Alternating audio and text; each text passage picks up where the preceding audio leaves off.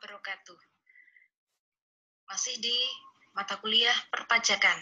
Kali ini kita akan sama-sama belajar terkait dengan bea perolehan hak atas tanah dan bangunan.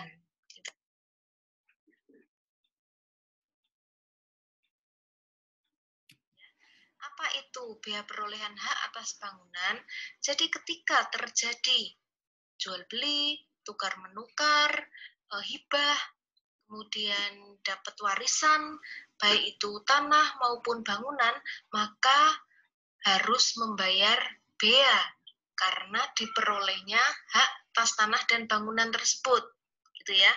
Jadi kalau kalian nanti itu misalnya membeli tanah, itu juga harus dipertimbangkan untuk bea perolehan hak atas tanah dan bangunannya itu, gitu ya. Nah, prinsip dari Undang-Undang BPHTB atau bea perolehan hak atas tanah dan bangunan ini, nah yang pertama bahwa BPHTB ini menjadi pemasukan atau pajak di pemerintah daerah. Ingat ya, bukan masuk ke pusat tapi di pemerintah daerah. Sehingga diatur dengan perda masing-masing daerah. Nah, oleh karena diatur dengan perda masing-masing daerah, bisa jadi antar daerah itu berbeda-beda. Tetapi sebagian besar yang sudah Bu Betty lihat itu relatif sama, kecuali Jakarta. Karena memang harga tanah dan bangunan di Jakarta itu kan perbedaannya cukup signifikan dengan di daerah yang lain. Itu. Nah, kemudian yang pertama itu adalah self assessment, artinya besarnya BPHTB itu yang ngitung adalah wajib pajak sendiri, gitu ya, berdasarkan tarif yang sudah ditetapkan melalui perda oleh masing-masing kepala daerah. Tarifnya berapa? 5% dari NPOPKP, nilai pokok objek pajak kena pajak, gitu ya. Kemudian sanksi bila tidak memenuhi kewajiban itu bisa berupa sanksi administrasi atau didenda, gitu ya. Lalu pemungutan perolehan hak atas tanah atau bangunan di luar undang-undang itu tidak diperkenankan, tentu saja ya, karena harus ada dasarnya.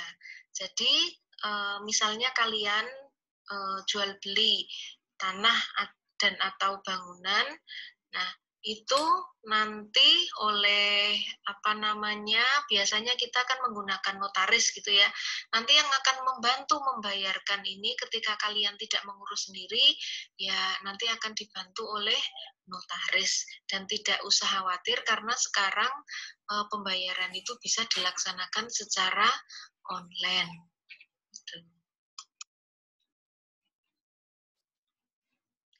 Nah, kita akan melihat untuk subjek pajaknya siapa, kemudian objek pajaknya siapa, itu kita akan lihat, gitu ya, objek pajaknya. Jadi ketika terjadi pemindahan hak maupun pemberian hak baru. Nah, pemindahan hak itu yang paling sering itu karena jual beli. Kemudian bisa jadi tukar menukar, hibah, wasiat, warisan, termasuk warisan itu juga nanti harus membayar bea perolehan hak atas tanah dan bangunan, tetapi beda tarifnya, gitu ya. Dan seterusnya ini. Nah, pemberian hak baru karena kelanjutan pelepasan hak dan juga di luar pelepasan hak. Nah, yang paling sering itu ini. Itu ya. Kalau ada jual beli, tukar menukar, kemudian hibah maupun warisan. Gitu. Tapi kalau warisan itu jarang, biasanya yang paling sering itu jual beli. Yang tidak termasuk objek pajak untuk perwakilan diplomatik, kemudian badan perwakilan organisasi internasional, termasuk wakaf, dan juga untuk kepentingan ibadah, misalnya untuk pembangunan tempat ibadah dan seterusnya, itu tidak perlu membayar BPH. Nah, nanti ketika menghitung BPHTP kita harus tahu nilai pokok objek pajak. Dasarnya apa? Harga transaksi atau harga jual beli. Kemudian bisa juga nilai pasar objek pajak, harga pasarannya berapa gitu. Kalau misalnya hibah itu kan tidak ada transaksi sehingga menggunakan harga pasar. Kemudian harga transaksi yang tercantum dalam risalah lelang. Itu kalau pembeliannya diperoleh dengan cara lelang. Kemudian bisa juga melihat NJOP PBB, yaitu biasanya yang tertera di kitir pajak gitu ya, kitir pajak PBB gitu. Kan di situ tertera NJOP-nya berapa. Nah, ini contohnya. Jadi, Tuan Aryo ini membeli tanah dan bangunan. Kemudian harganya 100 juta. Lalu NJOP-nya itu adalah 120 juta. Jadi ini kebalik ya. Biasanya kan harga transaksinya itu yang lebih tinggi dibandingkan dengan NJOP-nya. Ini mungkin tanah habis kebanjiran gitu ya, atau ada longsor sehingga NJOP-nya lebih tinggi dibandingkan dengan harga transaksinya gitu ya.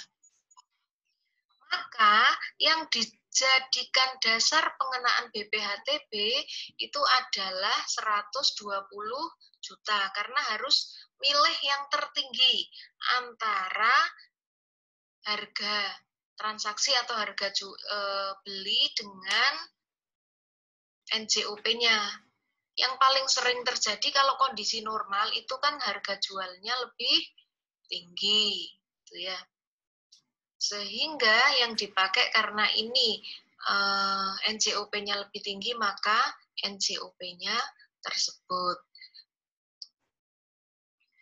Nah, dikurangi nilai perolehan objek pajak tidak kena pajak, dikurangi ini dulu. Kalau di dalam PPh 21 ini sama dengan PTKP gitu ya. Jadi dikurangi 60 juta dulu, baru dikalikan 5%.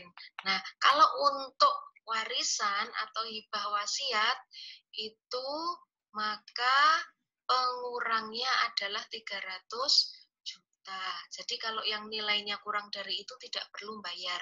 Termasuk kalau kalian jual beli atau tukar menukar tanah maupun bangunan yang nilainya kurang dari 60 juta tidak perlu bayar BPHTB.